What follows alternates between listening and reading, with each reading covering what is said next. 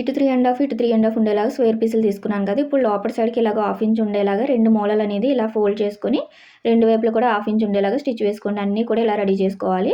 ఇప్పుడు ఒకదానిపైన ఒకటి ఇలా పెట్టుకోండి. మంచి వైపు అనేది లోపలికి ఉండాలి. థ్రెడ్ అనేది లోపల పెట్టుకొని ఇలా ఒక మూల నుంచి స్టార్ట్ చేసుకోండి. కరెక్ట్గా థ్రెడ్ అనేది కార్నర్లో ఉండాలి.